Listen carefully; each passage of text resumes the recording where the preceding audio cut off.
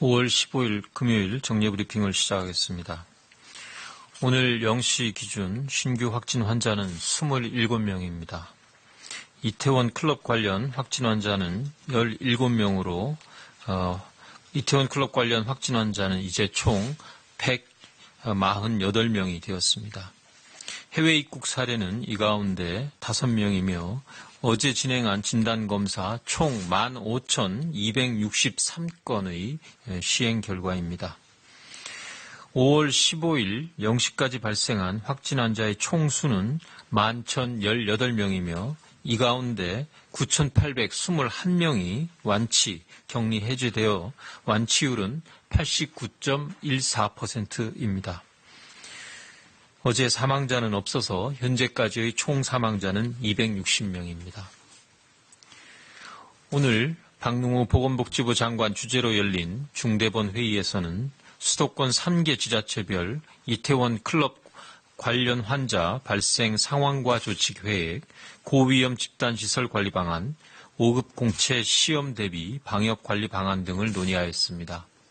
박능호 장관께서는 이태원 클럽 집단 감염으로 위기감이 고조되고 있지만 국민 여러분들께서 손 씻기와 마스크 착용 등 생활 방역 수칙을 철저히 지켜주시고 코로나19가 의심될 경우 즉시 신고해 주시면 우리가 코로나19와의 장기전에서 승리할 수 있을 것이라며 방역 수칙 준수와 자발적인 검사를 강조하였습니다. 오늘 중대본 회의에서는 이태원 클럽 집단 감염과 관련된 지자체별 환자 발생 상황과 조치 계획에 대하여 논의하였습니다. 정부는 이태원 클럽과 관련한 추가적 지역 감염을 막기 위하여 기지국, 카드 결제 내역 추적, 경찰 협조 등 가능한 모든 방법을 동원해서 방문자를 찾기 위하여 노력하고 있습니다. 또한 유흥시설 외에도 유사업소에 대한 현장 점검을 강화하고 있습니다. 지자체별로도 추가적인 집합금지 행정명령 등을 통하여 지역별 위험도를 고려하여 조치하고 있습니다. 그러나 이태원 클럽과 관련하여 전국 각 지역에서 2차, 3차 감염도 확인되고 있는 상황입니다. 동선을 숨기거나 부정확한 진술을 통해서 감염자를 찾는 일이 느려진다면 지역사회로의 감염이 확산되어 현재의 코로나19 방역관리 체계가 유지되기 어려운 면이 있습니다. 방역당국이 빠르게 감염자를 찾아내고 신속하게 격리하여 감염 확산을 차단하기 위해 선별검사와 역학조사에 적극적으로 협조해 주실 것을 부탁드립니다. 무자격 외국인 체류자도 익명으로 검사받을 수 있으니 관련 장소를 방문하였거나 감염이 의심될 경우 적극적으로 검사를 받아주시기 바랍니다.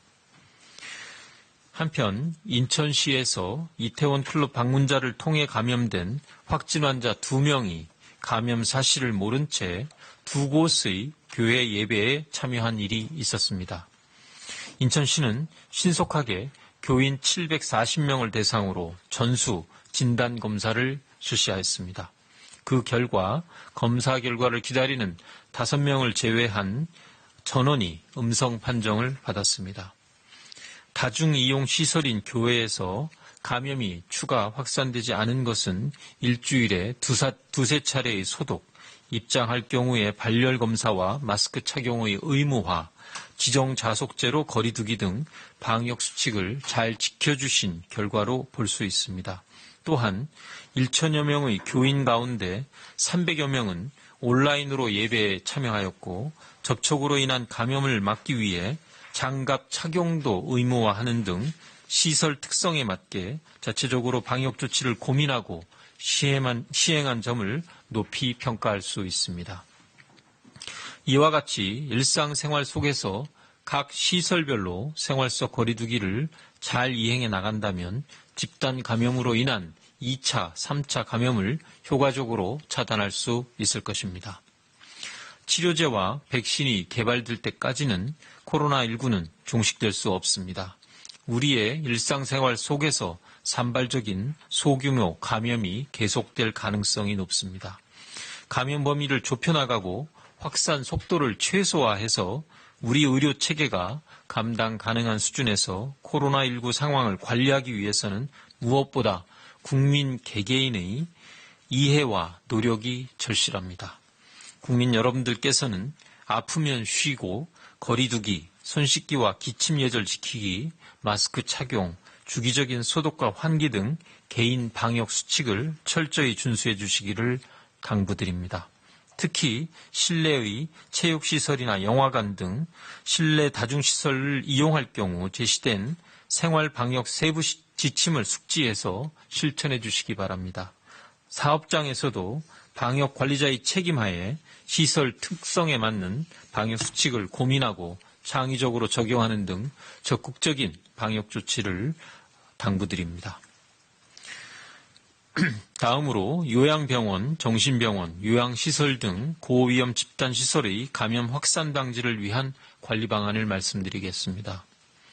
정부는 그동안 고위험 집단시설의 적극적인 감염 예방과 확산 방지를 위한 조치들을 시행한 바 있습니다.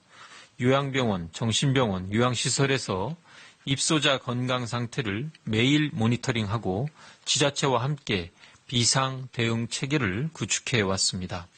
또한 종사자의 해외여행 이력 관리, 의심 증상 발생 시에 검사와 업무 배제, 감염 관리 교육, 방문 면회 제한 등 외부 감염이 유입되지 않도록 관리해 왔습니다.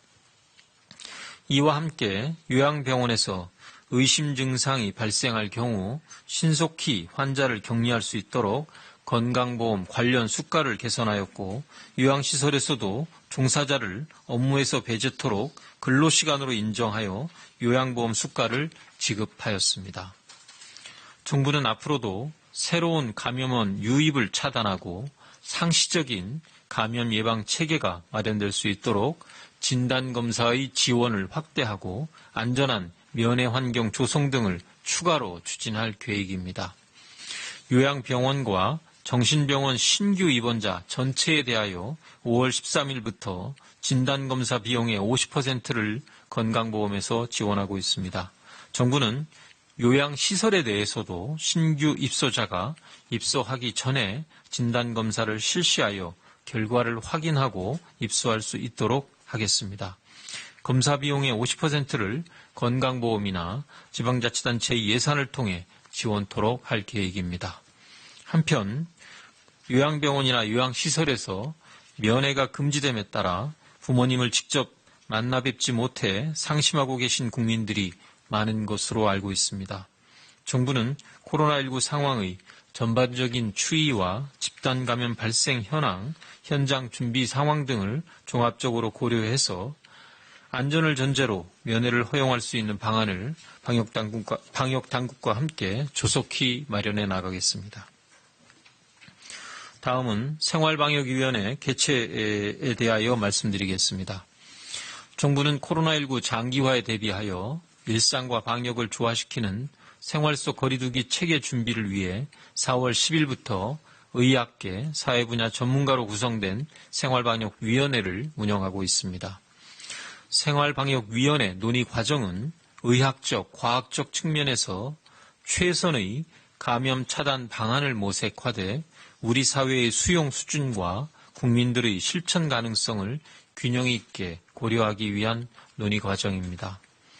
5월 19일에는 제4차 생활방역위원회가 개최될 예정입니다.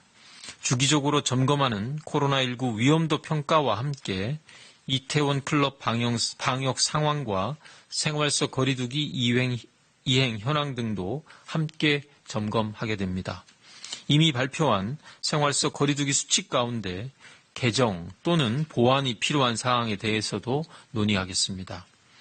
날씨가 더워짐에 따라 학교와 다중이용시설 등 냉방기기 사용 기준을 검토하고 이태원 클럽 사건 발생으로 유흥시설 등 고위험 시설에 대한 방역 지침도 논의할 계획입니다. 정부는 당초 2월 29일 예정이었으나 코로나19 확산으로 연기되었던 국가공무원 5급 공채 시험을 이번 주 토요일 실시할 계획입니다.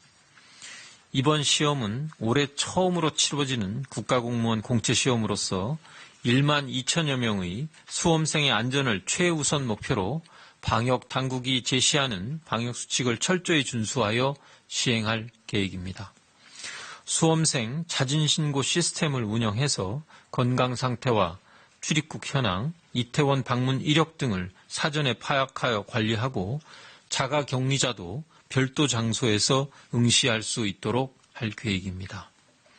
출입구 발열검사를 통해 의심 증상이 있는 수험생은 예비 시험실에서 응시토록 하고 시험 종료 후에는 혼잡을 방지하기 위하여 순차적으로 퇴실시킬 예정입니다. 시험실별로 수용 인원을 15명으로 대폭 축소하고 수험생 간의 거리 두기, 마스크 착용 의무화, 소독과 환기 등 조치를 통해서 감염 확산 가능성을 최소화할 계획입니다. 또한 인사혁신처의 간부와 직원 303명을 전국의 모든 시험장에 방역 담당관으로 파견하여 감염 예방과 방역 조치를 현장에서 직접 시행 관리토록 할 계획입니다. 이번 5급 공채시험을 시작으로 그동안 미뤄왔던 국가시험들이 진행될 예정입니다. 수험생과 시험 감독 모두 방역 지침을 철저히 준수해서 안전하게 시험을 치러냄으로써 생활 속 거리 두기의 모범 사례가 될 수 있기를 기대합니다. 오늘 저녁에는 한중일 보건장관회의를 영상으로 개최해 각국의 코로나19 최신 현황과 관련 정책을 공유할 예정입니다. 오늘 회의에서는 코로나19 대응에 있어서 우리나라 정부의 신속하고 정확한 정보 공개, 특별 입국 절차와 생활치료센터 등 창의적인 방역 체계 등 지금까지 이루어낸 성과도 함께 공유할 예정입니다. 이번 회의는 코로나19가 발생한 이후 첫 번째로 한중일 보건장관 회의이며 인접한 세 국가가 코로나19 상황에 대한 논의와 협력의 장이 열렸다는 데 의의가 있습니다. 이번 회의를 계기로 3국이 코로나19의 위기를 함께 이겨낼 수 있는 협력 체계가 마련되기를 기대합니다. 코로나19는 내가 증상이 없더라도 나로 인해 가까운 가족과 이웃의 생명을 위협할 수 있는 질병입니다. 국민 여러분 개개인이 방역의 주체임과 동시에 방역 수칙을 준수하지 않으면 언제든지 바이러스 전파자가 될 수 있음을 명심해 주시기 바랍니다. 방역 수칙을 준수하고 감염이 의심될 경우에는 진단검사를 받고 역학조사와 격리 등 방역 당국의 조치에 충실히 응할 것을 당부드립니다. 우리는 이번 사건이 발생하기 이전까지 코로나19 상황을 비교적 안정적으로 관리해 왔으며 코로나19의 장기화에 대비한 생활 속 거리 두기의 이행과 의료 체계 등을 준비하고 있었습니다. 또한 학생들의 단계적 등교도 준비하고 있었으나 이번 사건으로 인해 다시 한번 연기된 바 있습니다. 미래를 짊어질 아이들이 스스로 방역의 주체로서 책임을 다하고 우리 사회에 대한 신뢰와 미래를 기대할 수 있도록 하기 위해서는 어른들의 책임 있는 모습이 우선 필요하다고 생각합니다. 국민 여러분께서는 지금까지 노력해 주신 것처럼 각각의 자리에서 방역의 주체로서 사회적 연대와 협력, 배려의 모습을 보여주신다면 우리는 다시 한번 이 위기를 극복할 수 있을 것입니다. 감사합니다. 지금부터 질의응답 시간을 갖도록